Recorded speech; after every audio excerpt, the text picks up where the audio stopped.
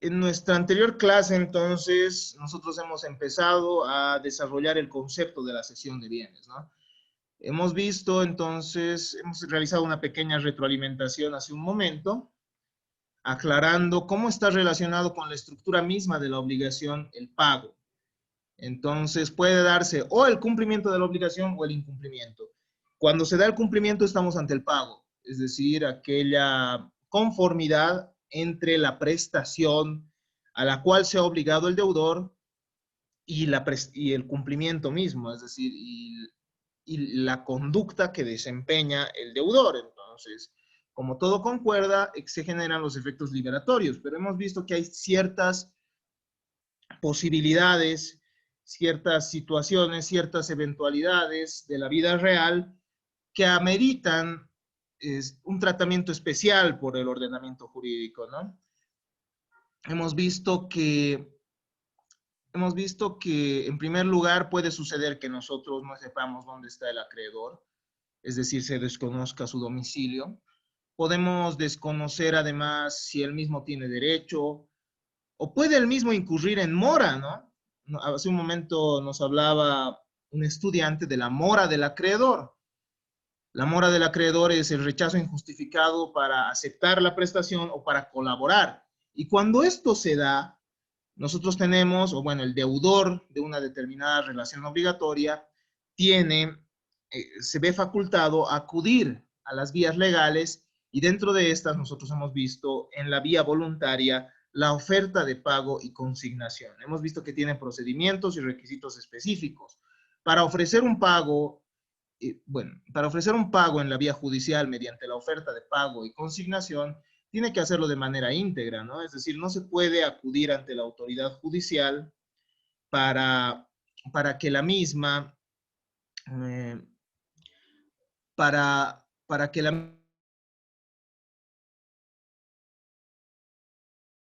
para que la misma acepte un pago incompleto, ¿no? Es decir, no, se tiene que cumplir con los principios de exactitud, principios de identidad e integridad del pago. En segundo lugar, nosotros hemos analizado la dación en pago. Hemos visto que es posible que el deudor cumpla de otra manera la prestación, pero para esto se requiere necesariamente que el mismo tenga el consentimiento del acreedor, ¿no? Eso es lo que hemos ido analizando.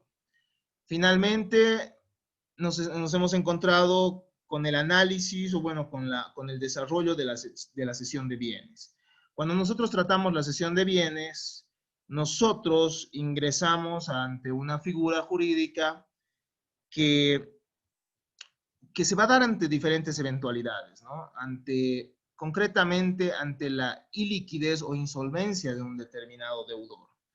Es decir, estamos ante un deudor que por situaciones de la vida, como habíamos manifestado, puede, en primer lugar, no tener suficiente liquidez para pagar, es decir, no tener dinero suficiente para cumplir las prestaciones, o en segundo lugar, no va a tener solvencia, es decir, no va a tener suficientes activos dentro de su patrimonio para poder cumplir con las prestaciones que lo aquejan, ¿no? Entonces, por situaciones de la vida, habíamos dicho que las personas pueden caer en penuria, más o menos graves, que le impiden satisfacer sus obligaciones. En esta situación, la buena fe es sumamente importante y y el interés mismo de las partes le imponen a este deudor a tener deberes de sinceridad y lealtad específicos. Esto tiene que ver directamente con con cumplir con la prestación sin que existan fraudes, sin que existan discriminaciones, ¿no? Entonces el deudor debe cumplir con sus prestaciones y un medio establecido por ley para que el mismo pueda cumplir es la cesión de bienes, ¿no? Es el pago con cesión de bienes, cediendo los activos de su patrimonio para que sus deudores puedan hacerse con los mismos, administrar los mismos. ¿Y a qué nos referimos con administrar? A que los mismos puedan vender los bienes del deudor para que puedan cobrarse las acreencias que ellos tienen, ¿no? Los créditos que ellos tienen. ¿Qué es el pago concesión de bienes? Es una prerrogativa establecida por la ley, instituida en favor del deudor insolvente, a favor entonces del deudor insolvente, pero no solo a favor de él, sino también a favor de sus acreedores, ¿no? Quien evitando, este deudor insolvente, evitando la ejecución forzada, se libera de la obligación entregando a sus acreedores sus bienes y no renuncia a la propiedad de los mismos. Esto es interesante, ¿no? Mientras no se vendan los bienes por parte de sus acreedores que administran los mismos, él todavía mantiene la propiedad de sus bienes con cargo de que procedan a realizarlos. Al decir realizarlos, en esta definición se refiere a enajenarlos, a venderlos, y se hagan con el pago del precio obtenido. Una vez que los acreedores reciben el precio obtenido, se va a llegar a la satisfacción de los créditos que tenían. Es imprescindible, nos dice nuestro material, que los acreedores que reciben esta cesión de bienes sean quirografarios. Sin embargo, nosotros vamos a ver que, pese a que la doctrina anteriormente ha establecido esto, en la cesión de bienes judicial es posible que se llame también a ciertos acreedores hipotecarios o que tengan privilegios, ya que la concurrencia de alguno hipotecario, prendario o algún privilegio impide que sea dispuesto, nos dice, y hará prevalecer el derecho sobre el crédito. Ustedes en la materia de derechos reales han visto tres temas trascendentes, al menos para el derecho de obligaciones, que son el tema de la hipoteca, el tema de la anticresis y el tema de la prenda. Estos tres temas son sumamente importantes. Ustedes les pido por favor que realicen un repaso de estos tres temas, ya que los acreedores que tienen estos derechos reales de garantía tienen un derecho de preferencia respecto a un acreedor quirografario. Recordando conceptos, el acreedor quirografario es aquel que tiene como garantía de su crédito la totalidad del patrimonio de su deudor, ¿no? Es decir, que no va a tener un bien específico, va a tener la totalidad de los activos del patrimonio de su deudor. Si los acreedores, nos dice nuestro material, no han sido satisfechos, el deudor entonces permanece obligado por la diferencia del pago, y si adquiere nuevos bienes deberá abonarlos hasta el pago completo. ¿A qué nos referimos con esto? Que los acreedores van a tener la masa de bienes del acreedor para venderlos y satisfacer sus créditos, pero puede suceder que no sea suficiente el producto de las ventas o el producto de la enajenación de los mismos. Siendo esto así, los acreedores tendrán que esperar. Ustedes saben, ¿no?, que el patrimonio, según la tesis patrimonio-personalidad, comprende no solo los bienes presentes de la persona, sino también los bienes futuros.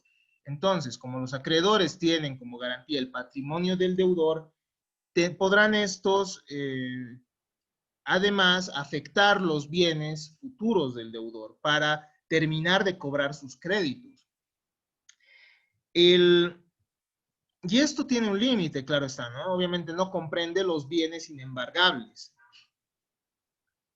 Finalmente, el artículo 1437 nos va a establecer esto, ¿no? Cuando el deudor no comerciante se haya imposibilitado de pagar las deudas que tiene contraídas, puede hacerlo mediante la cesión de bienes, puede hacer la cesión de todos sus bienes, nos dice, en favor de sus acreedores. La cesión de bienes puede ser de dos tipos: una cesión voluntaria y una cesión judicial. La cesión voluntaria, estimados estudiantes, se va a referir a la posibilidad que entre el deudor y todos sus acreedores se genere un contrato, ¿no? Es decir, se genere un acuerdo de voluntades con efectos patrimoniales por el cual el deudor va a entregar sus bienes y, bueno, los mismos acreedores van a decidir de qué manera se va a administrar los mismos, cómo se va a pagar y demás términos, ¿no? La cesión voluntaria, entonces, va a ser aquella por la cual el deudor voluntariamente encarga a sus acreedores o a alguno de ellos liquidar y repartir sus bienes entre todos los créditos que no ha podido pagar. Entonces, mediante este acuerdo, el deudor y sus acreedores deciden que uno de ellos pueda venderlos o designar a una tercera persona para que venda los bienes y finalmente se termine pagando los créditos, ¿no? Esta se hace mediante un contrato que no exige formalidades, es decir, no exige ni siquiera ser por escrito, pero siempre es recomendable que así sea. Sin embargo, entonces es recomendable, nos dice nuestro material, que se haga mediante escritura pública. Además, la cesión de bienes puede darse de manera judicial. Esta se efectiviza cuando el deudor interpone una demanda de concurso voluntario. También procede cuando un acreedor interpone un concurso necesario, en caso de existir 3 procesos ejecutivos contra el deudor. Se puede entonces, un deudor que tiene demasiadas deudas también puede acudir ante la autoridad judicial y decirle, señor juez, todos estos son mis acreedores, todos estos son los bienes que tengo y quiero entregar todos mis bienes para que mis acreedores administren estos y finalmente cobren sus acreencias, cobren sus créditos. Esa es la primera demanda, es decir, un concurso voluntario, el deudor va. Pero existe otra posibilidad. Puede suceder que un deudor tenga 3 procesos ejecutivos a la vez, es decir, 3 procesos en el cual se les estén cobrando obligaciones. A eso se refiere el proceso ejecutivo, ¿ya? A ejecutar con la finalidad, a ejecutar el patrimonio del deudor para que el mismo pueda cumplir con las prestaciones que tenía pendientes, ¿no? Entonces, puede suceder que él tenga 3 procesos de la misma naturaleza, es decir, 3 juicios, como le llaman comúnmente, 3 procesos ejecutivos en los cuales se le estén cobrando obligaciones que él tenía pendientes, siendo esto así, cualquiera de los acreedores dentro de estos 3 juicios, o incluso un acreedor que no esté dentro del juicio, puede plantear también ante el juez y decirle, señor juez, este tipo tiene 3 procesos ejecutivos, mi deudor, entonces pido que se abra el concurso. En el concurso, ¿qué es lo que va a pasar? Vamos a estar ante una figura jurídica en la que se llama a todos los acreedores para que los mismos puedan administrar los bienes de su deudor, ¿no? Obviamente tiene un procedimiento que lo vamos a explicar en un momento más. ¿Cuáles son los efectos de la cesión de bienes? El momento que el deudor cede sus bienes, se priva de disponer de los mismos, es decir, que no puede realizar actos de disposición. Ustedes saben a qué se refieren los actos de disposición, ¿no ve? Ustedes ya conocen, cuando ustedes han visto el derecho de propiedad, ustedes han visto que el mismo implica 3 facultades. Los elementos del derecho de propiedad son el jus utendi, jus fruendi y jus abutendi, es decir, derecho de uso, goce y derecho de disposición. El derecho de uso, que implica cumplir con la finalidad socioeconómica del bien, ¿no? El derecho de goce, que implica la percepción de los frutos que genera el bien, y el derecho de disposición, que implica, según los romanos, el abutendi implicaba la posibilidad de destruir el bien, de abandonarlo, de transferirlo a otras personas. Entonces, el deudor, el momento que cede sus bienes, va a estar de acuerdo con que ya no va a poder administrarlos, es decir, con que no va a poder tener esas facultades, como nos decía el código, si no estoy mal, los teóricos del Código Civil Italiano de 1942, no va a tener las facultades de administración extraordinarias, es decir, no va a poder transferir el bien, ¿ya? No va a poder transferir los bienes que se entregan, no va a poder alquilarlos, etcétera, ¿no? Es decir, va a entregar esto a la masa de acreedores y ellos son quienes van a realizar la administración correspondiente para enajenar los bienes y cobrar sus deudas, sus créditos. El deudor, en segundo lugar, no pierde la propiedad mientras no sean enajenados por los acreedores que administran, ¿no? Sigue siendo propietario. Ustedes saben que uno puede seguir siendo propietario de un bien porque es un poder de derecho, ¿no? La propiedad. Entonces, él va a seguir siendo propietario hasta el momento en que sus acreedores vendan estos bienes. Desde ese momento en que vendan los bienes, él mismo ya no va a ser propietario, obviamente. Pero mientras se vendan, no es que se les está entregando a los acreedores para que ellos se queden con los bienes. Eso es lo que quiero que entiendan. En la figura de la dación en pago que nosotros ya hemos estudiado, el deudor entrega un bien diferente al que debe. ¿Se acuerdan de eso, no? Y con esto se generan los efectos liberatorios, pero para esto el acreedor tiene que estar de acuerdo. En la cesión de bienes, lo que sucede es que el deudor entrega todos sus bienes para que sus acreedores vendan estos y con eso se cobren la obligación. Esa es la finalidad, esa es la diferencia, ¿no? No es que estamos ante un deudor que entrega todos sus bienes para que sus deudores vayan como en la ropa americana, ¿no? Como a probarse y digan, no, yo quiero esta casa, no, yo quiero este auto, no, no, no. Nosotros estamos ante una figura en la cual los deudores tienen que administrar para vender estos bienes y cobrarse los créditos. Eso es importante. Entonces, no confundan esta cesión de bienes con una dación en pago. Es decir, no estamos ante un deudor que le está diciendo, tomen mis casas, tomen mis autos para que ustedes se los queden. No. Ojo, es algo importante.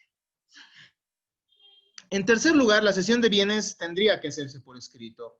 Tiene que establecerse la nómina de los bienes, en primer lugar, cuáles son todos los bienes que tiene el deudor y la voluntad también del mismo de cederlos. Eso es importante. Eso debería estar establecido en el documento en el cual se establezca la cesión de bienes.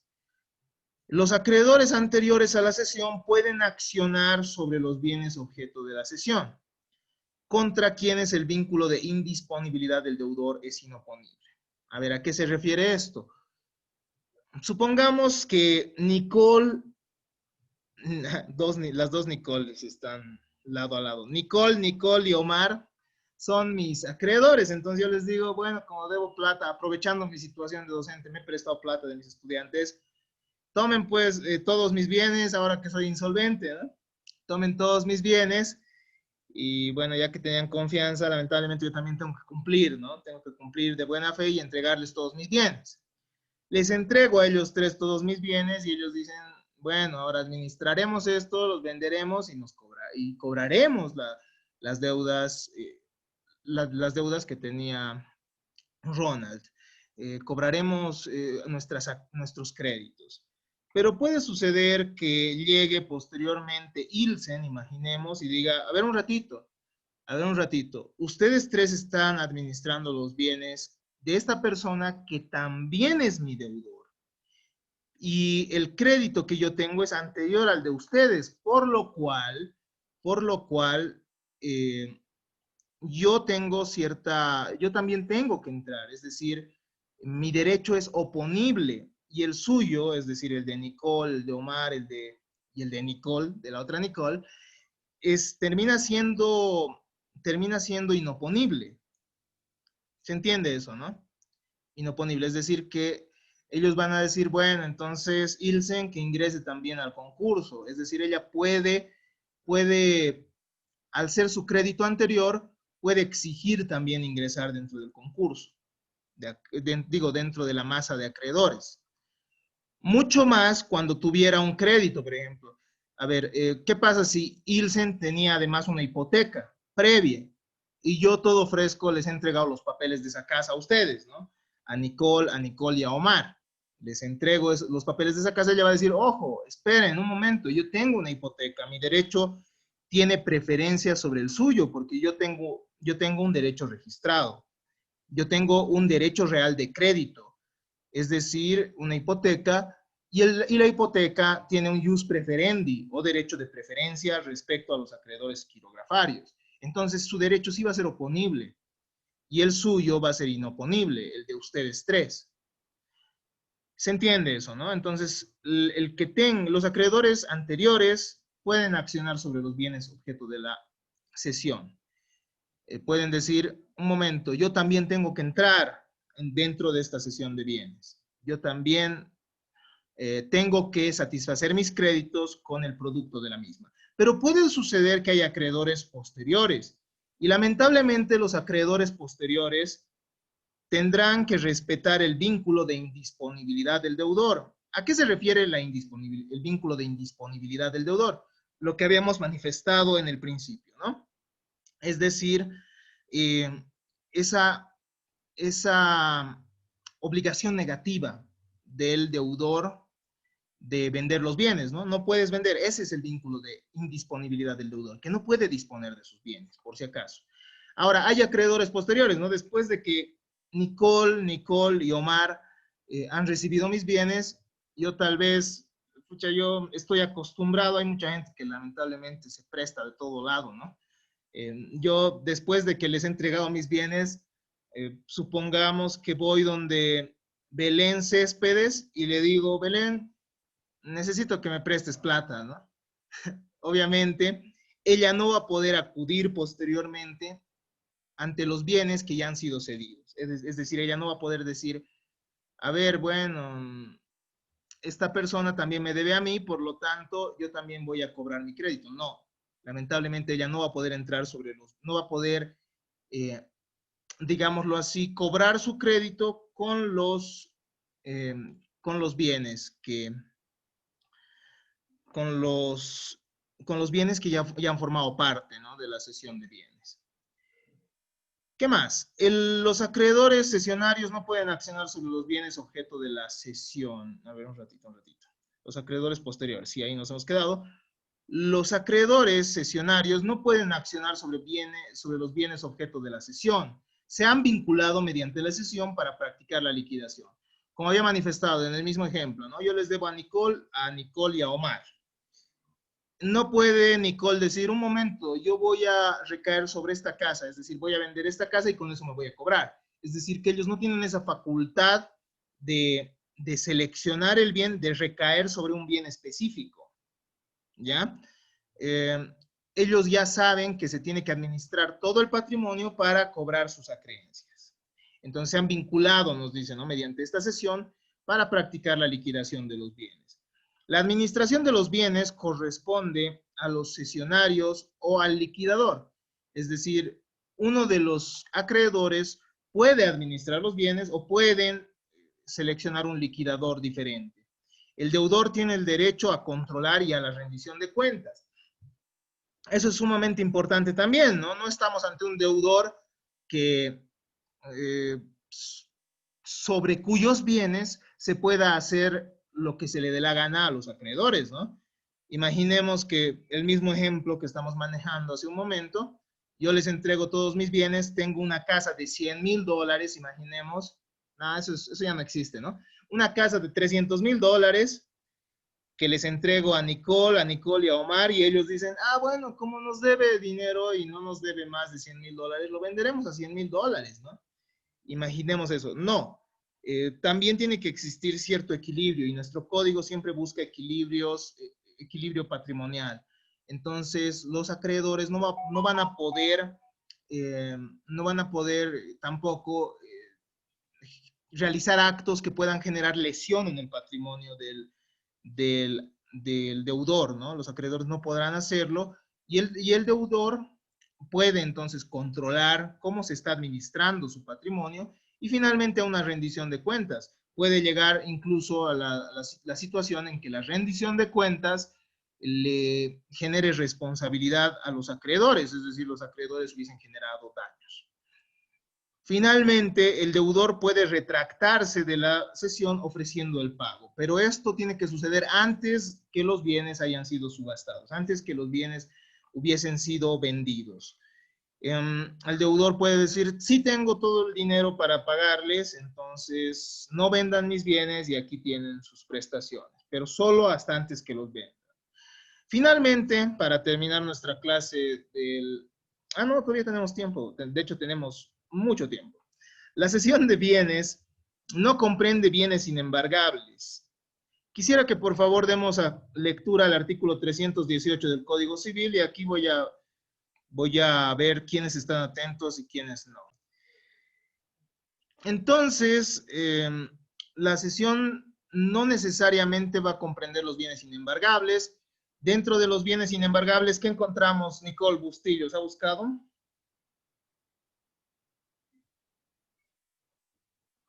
Sí, que el artículo, ¿verdad? Del Sí, Código Procesal. Sí, sí. aquí está el 318. ¿Se lo leo? ¿Cuáles son? Sí, por favor. Ya, son bienes inembargables, numeral 1, los sueldos y salarios, salvo que se trate de pensiones de asistencia familiar. Ya. Numeral 2, las pensiones, jubilaciones, montepios, rentas de vejez o invalidez y además beneficios sociales establecidos legalmente, excepto el caso de asistencia familiar. Numeral 3. Las prendas de uso personal y los muebles imprescindibles que guarnacen la vivienda del deudor y de su familia, salvo que la deuda provenga de la adquisición de los mismos muebles o de alquileres de la casa. Son embargables los bienes suntuarios. Y número 4, los libros relativos a la actividad laboral del deudor. Por eso no hay que comprarse autos ni casas, hay que comprarse libros, porque eso no nos van a quitar ni nuestros deudores. Cómprense libros y lean, ¿no? Hay que aprovechar esa situación de que son inembargables. Bueno, el salario también hemos visto, eso es algo reprochable tal vez. Antes se permitía que el salario en cierta proporción sea embargable para que se pueda cobrar deudas. El día de hoy todo el salario es, digámoslo así, sagrado, es inembargable y lamentablemente, imaginemos que Nicole me debe dinero y ella sigue percibiendo su sueldo, ¿no? Su salario. Lo lógico sería que yo pueda embargar una parte de su salario para cobrarme, ¿no? Pero nuestro código y al menos el derecho laboral también ha ido desarrollándose y progresando y haciendo que sus derechos se consoliden cada vez más, ¿no? El derecho al salario que tienen los empleados. Entonces, el problema es que Nicole, si no quiere, no me paga, ¿no? Y ella sigue recibiendo su salario, en este caso. Entonces, ese es un tema a analizar también. Efectivamente, muchas veces lo único o el único monto de dinero del que puede pagar una persona a otra es del salario, porque no necesariamente tiene casas, autos, etcétera, ¿no? En fin, estos bienes inembargables no entran dentro de la cesión de bienes, es decir, no se tiene que entregar estos, ¿no? También los bienes muebles necesarios para la subsistencia de uno mismo. Puede suceder que el deudor oculte bienes para los acreedores, pero ellos están facultados para pedir la entrega de estos. De igual manera pueden accionar penalmente, ¿no? En caso que el acreedor hubiese escondido algunos bienes que podían entrar dentro de la cesión. Finalmente, para ir terminando este tema, veamos cuál es el procedimiento judicial. Entonces hemos visto nosotros que hay dos tipos de cesión de bienes, ¿no? Que también era llamada la cessio bonorum por el derecho romano. Puede ser voluntaria o puede ser judicial. Voluntaria, habíamos dicho, mediante un acuerdo, va a ser un contrato que se va a suscitar entre el deudor y sus acreedores. Una noche el acreedor llama a el deudor llama a todos sus acreedores, les dice, pasen a mi living, acordaremos, a ver, les diré qué cosas tengo, les diré, bueno, los cito a todos, haremos una nómina de todos mis acreedores y ustedes ya después venden y se van cobrando sus créditos. Pero hay la posibilidad de acudir también a la vía judicial, ¿no? Mediante un proceso que nuestro Código Procesal Civil ha denominado proceso concursal, ¿no? Hay dos tipos de concurso, como les había manifestado, ¿no? Uno puede ser el concurso voluntario y otro puede ser el concurso necesario. En el concurso voluntario estamos ante un deudor que acude ante el juez y le dice voluntariamente, señor juez, quiero ceder mis bienes a todos mis acreedores, cítelos, por favor, ante usted, para que ellos vengan, hagan una junta de acreedores y finalmente se decida cómo se van a cobrar cada uno de ellos. Y el concurso necesario tiene un requisito mínimo, que es el siguiente, ¿no? Que existan 3 procesos ejecutivos, no se olviden de eso. Una vez que existen 3 procesos ejecutivos, cualquier acreedor puede plantear el concurso necesario, ¿no? Para que todos esos procesos ejecutivos que ya habían se junten en el concurso de acreedores y los acreedores tengan que acudir a esta junta. En caso que el deudor promueva el concurso voluntario, es necesario, en primer lugar, protestar que va a entregar los bienes, es decir, voy a entregar los bienes, tiene que declararlo el deudor. En segundo lugar, tiene que haber una nómina de acreedores, tiene que decirle, todos estos, señor juez, son mis acreedores, en una lista, ¿no? En tercer lugar, tiene que relacionar bienes y derechos, tiene que decirle, señor juez, todos estos son los bienes que tengo y que voy a entregar, y los derechos también, ¿no? Porque puede decirle, tengo este crédito que no he cobrado, que lo cobren mis acreedores, para que finalmente ellos se cobren también los créditos que tienen pendientes. Si se admite el concurso, se notifica a la parte contraria, depende de quién haya iniciado, ¿no? En el concurso necesario lo inicia uno de los acreedores, mediante una demanda, y en el concurso voluntario lo hace el deudor. Entonces, de acuerdo a quién lo haya iniciado, se notifica a la parte contraria para que, bueno, a la otra parte, ¿no? O sea, al deudor o acreedor, para que comparezca después de la junta, tomar el concurso en el estado en que se encuentre, ¿no? A ver, para que comparezca ante la autoridad judicial. Para eso son los actos de comunicación, ¿no? La notificación es un acto de comunicación, se comunica a la persona que existe un acto procesal, se le notifica entonces, en este caso, al deudor o al acreedor para que sepa que se ha iniciado el concurso, que hay una demanda. Al existir la demanda es un acto procesal, ¿no? Y se le dice, hay una demanda en la cual este señor está diciendo que va a entregar todos sus bienes. O en caso contrario, hay una demanda en la cual su acreedor está diciendo que usted tiene 3 procesos ejecutivos y que se junte todo. Entonces, en el caso del concurso necesario o voluntario, todos los procesos que existieran contra el deudor se juntan, ¿no? Se acumulan todos los procesos ejecutivos, coactivos, incluso los que sean preliminares o cautelares, que tuvieran relación con el concurso. Respecto a este punto, les pido por favor que vean, bueno, les voy a explicar también en una siguiente clase a qué se refiere más concretamente, porque en vía civil, chicos, hay diferentes tipos de procesos, ¿no? El proceso ordinario que yo les había manifestado, en el cual se permiten las más amplias posibilidades de debate, las más amplias posibilidades de defensa también por parte del demandado. Incluso puede haber una contrademanda llamada reconvención. Es muy amplio el proceso ordinario. Hay un proceso extraordinario que es un poco más limitado, se establecen menos actos en el proceso. Hay procesos monitorios. Los procesos ejecutivos son aquellos que van a cobrarse, en los cuales se va a cobrar una deuda o un derecho que ya tiene certeza, sobre el cual ya tenemos certeza. En los procesos coactivos vamos a estar ante un proceso en el cual, además de existir certeza, se ha renunciado a los trámites del proceso ejecutivo. Les voy a explicar un poco más en un momento, espero que se entienda esto a grandes rasgos. Entonces, todos los procesos que existan contra el deudor se van a juntar, ¿no? Se van a juntar, se ordenan medidas cautelares, es decir, la medida cautelar no siempre es detención preventiva, etcétera. En materia civil, las medidas cautelares lo que buscan es garantizar que una decisión se cumpla. Se establecerán embargos, se establecerán intervención de bienes, ciertas medidas que garanticen que posteriormente se cumplan las decisiones. Se designa un síndico. El síndico, estimados estudiantes, es la persona que va a administrar los bienes y que va a levantar además un inventario de los bienes y de los derechos que tiene el concursado, constituyéndose en depositario de los mismos, ¿no? Entonces el síndico va a ser depositario de todos los bienes para posteriormente administrarlos e ir pagando a todos los acreedores. Se intima al deudor para que entregue los documentos en relación a los créditos y bienes en un plazo no mayor a 10 días. Una vez que se admite el concurso, el juez le dirá, señor, usted que debe a todos estos acreedores, entréguenos los documentos, entréguenos todos los documentos que acrediten los derechos que usted tiene y todos los bienes que también tiene para entregar y para que ingresen, ¿no?, a esta sesión de bienes judicial. El dinero de los remates se transfiere a nombre del juez para que el juez posteriormente pague a los acreedores. Se va a convocar a los acreedores señalando día y hora dentro de los 30 días siguientes después de la publicación del último edicto, ¿no?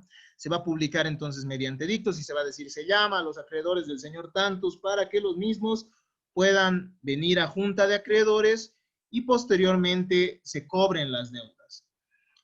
Se convoca a los mismos, se señala un día y hora. Si se admite el concurso, todas las deudas se hacen exigibles, eso es importante, ¿no?